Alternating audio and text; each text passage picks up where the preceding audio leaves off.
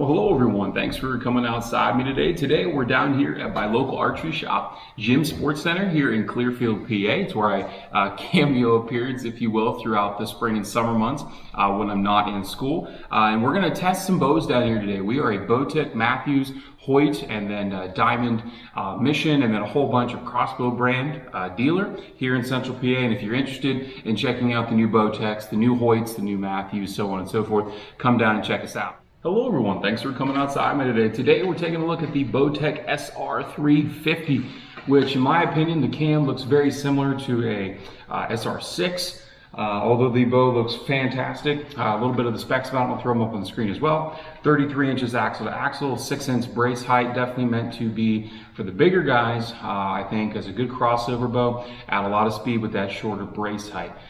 This is a 70-pound, and the rotating module, it's nice. BowTech has looks like they've gone completely to a system that shows exactly what the draw length corresponds to on the cam. So 25 to 30 inches of draw length here with the draw stop peg. It also looks like they beefed up their pegs a little bit, and they're more like a, I don't know, like a translucent blackish, bluish, grayish. I don't know, it's kind of neat, kind of different. They kind of always used to run like Hoyt, one black peg, one red peg, so I think it looks nice. I think this bow is in the 85 to 90% let off category. Still running the deadlock cam system. BowTech's going to run that for years, and they should. It's a fantastic system. Shim the cam right on the axle, 2 Allen keys, a couple of turns, and you can get rid of tears through paper, no problem. Locking limb pockets both on the side of the limb as well as the grub screw here to wind the limbs in and out. They still are running their orbital dampeners, both top and bottom, but they've sucked them in actually kind of flush into the side of the riser instead of sticking out. Aesthetically, I think it looks really nice, and also you get less junk that gets caught into those. Still doing their roller guard that flexes in and out, so that's really nice. Good string stop here. The grip is still the grip that they've been running for a couple of years. The only issue I'm having with this bow is that it doesn't, like, it wants to tip forward. The CP28 did not want to do that, but if I open up my hand at all, you see there it goes, there it goes, there it goes. It's kind of unique. I don't, usually BowTech's balance pretty well. This one still, don't get me wrong, it's not a terrible balance. I felt a heck of a lot worse. But that, I feel like that should be better for a 33-inch axle to axle bow. Like that shouldn't want to take off like that. So anyway, but little stabilizer, that's not a big deal. Like I said, 2970, we're going to test this bow. Full disclaimer, I don't usually shoot 70 pounds and also not 29 inches. I'm a 31-inch draw guy. And I'm going to be drawing this with a handheld style release, so I don't have to be monkeying around with a wrist strap. So this might look like I'm struggling a little bit, but we'll talk about the draw cycle. Have the chronograph set up here. The CP28, definitely its IBO spec of 335 is definitely on the performance setting. Flip disc, BowTech's run the flip disc for years, one side of the disc with the module. It's a performance setting, much rougher draw cycle, gets you more speed. Comfort setting, I would say 98% of the people that we sell BowTechs to, if not 99%, run that comfort setting just because it's a really nice draw cycle traditionally from BowTech. Except unless you get really hard with their speed bows. This is set to the comfort setting as all BowTechs are from the factory. So let's feel this draw cycle out here. Again, 350, this should be brutal.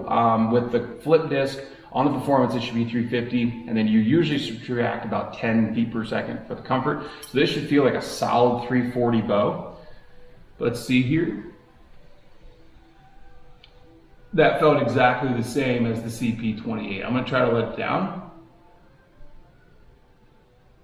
Oh boy. That is definitely 85, 90% let off, but it's quick, right?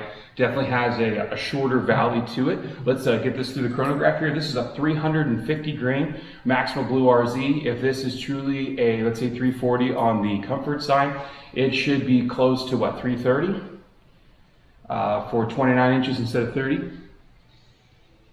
IBO.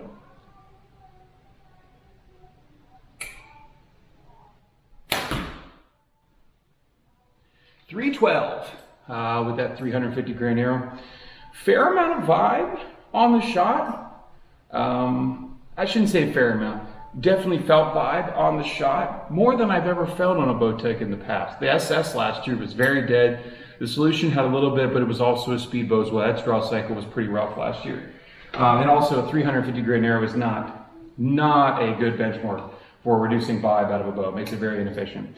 312 at 2970, that's pretty slow. I think for something that should be 340 on the comfort side of things, that seems pretty slow. I mean, don't get me wrong, it's quick. You know, it's 20 feet per second faster than what is legally allowed for IBO and ASA. This one is 400 grains. Gotta get more real world numbers. Yeah, that feels nothing like 350 feet a second. 294. And the vibration was better. It's still there, but it was significantly better there. I just bumped it up 50 grains. This one is 466 grains, 465 grains. Yeah, I tried to draw that front half a little slower. String angle feels good. 276. 276. These are pretty close to the CP28 numbers, which is IBO 15 feet per second slower, which should be probably around a 325. So 276. I'll throw up the numbers from the CP28 test here. Those are pretty identical for chronograph speeds for a bow that's supposedly IBOing 15 feet per second faster. Don't get me wrong, the string angle is great. I imagine if this came out to a 31-inch draw length, this would be a really nice shooting bow. I really would like to shoot it at, I would personally shoot it at 60 pounds. I think you get plenty of speed out of that. All right, so let's go ahead and shoot this 350 grain arrow again. Let's see what kind of speeds we have. We were 312 last time. Yeah, the draw cycle is very enjoyable.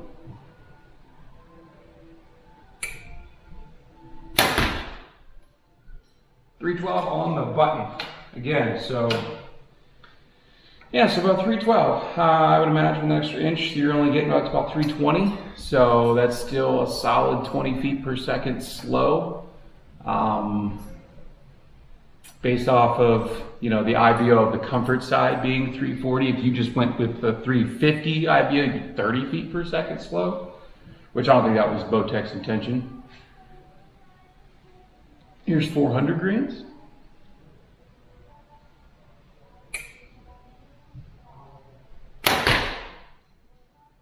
Yeah, there's still a pretty fair amount of vibe on the shot. That was 295. I think the last one was 294. So very consistent. This is 465. Yeah, that is not a 350, not even a 340 bow.